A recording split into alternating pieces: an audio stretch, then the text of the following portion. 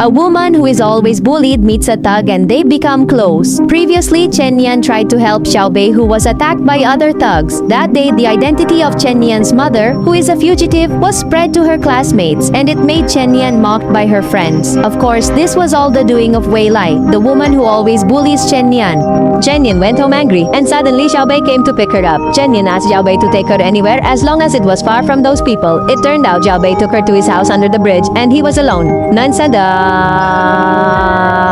In that house, Xiao Bei gave noodles to Chen Yan. However, Chen Yan's phone kept ringing, which annoyed her. Because the group of bullies wouldn't stop bothering her, it eventually made Chen Yan angry at Xiao Bei, who kept asking her questions. Finally, Chen Yan went home alone because she was already upset. The next day at school, the kids were busy playing volleyball. But for some reason, Chen Yan's friends seemed reluctant to pass the ball to her.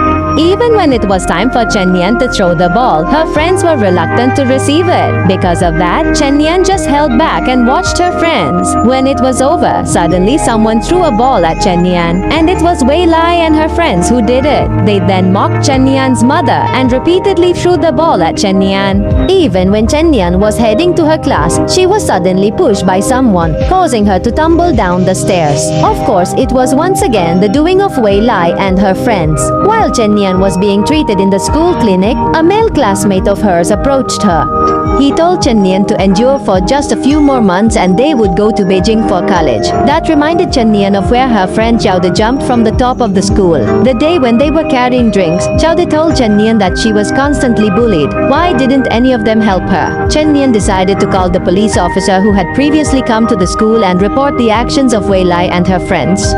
But of course, when they were asked one by one, there was no sign of remorse among them.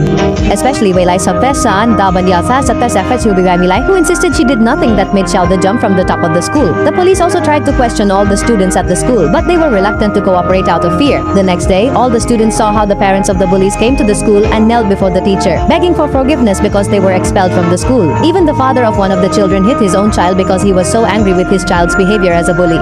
Then, in the teacher's office, Mr. Chen Yan said they would all be suspended from school. However, they would still be able to take the college entrance exam and be given a second chance if they wanted to change. Of course, Chen Yan felt it was unfair but couldn't do anything. When Chen Yan went home, Detective Zheng picked her up and then took her home. He explained that they couldn't do more because Wei Lai's parents were influential people.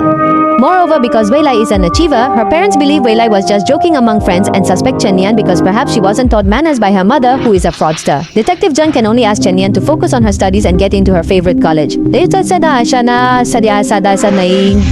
At home, Chen Yan called her mother. She held back tears and asked her mother to just come home. However, if her mother returned, the debt collectors would look for her and it would make Chen Yan unable to focus on her exams.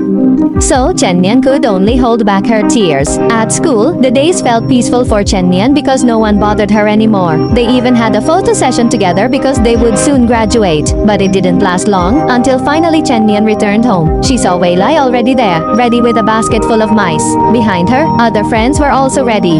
However, fortunately, Chen Yan then rejected Wei Lai and ran away from them. She kept running from their pursuit. Chen Yan tried to call Detective Zheng, but there was no answer. Finally, Chen Yan hid inside a trash can. Fortunately, in that tense moment, that she was not captured by them. When Detective Zheng called back, Chen Yan lied to him, saying she had dialed the wrong number. Finally, Chen Yan went to where Xiao Bei lived. There, Xiao Bei then provided a place for Chen Yan to stay overnight. Shortly after, Chen Yan met Xiao Bei. She asked Xiao Bei to protect her. However, she had no money. She would pay Xiao Bei when she managed to get to Beijing.